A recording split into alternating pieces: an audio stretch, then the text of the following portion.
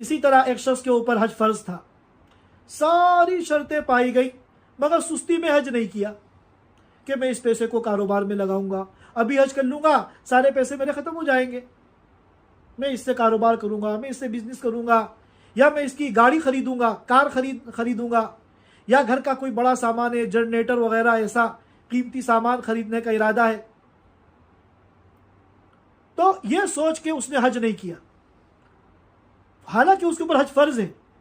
जब हज का ज़माना आ गया, हज की तैयारी का ज़माना आ गया, तो अब आपके पास पैसा मौजूद है, चाहे वो गाड़ी की नीयत से है, चाहे जनरेटर की या किसी और नीयत से है, आपके इस पैसे से आपके ऊपर हज करना फ़र्ज है। आपने हज नहीं किया, नतीजा क्या हुआ? कई साल गुजर गए, यहां तक कि आपका पैसा ख़त्म हो गया। अब आप फ़कीर हो गए, 2.5 लाख रुपए आपके पास नहीं है हज करने के लिए।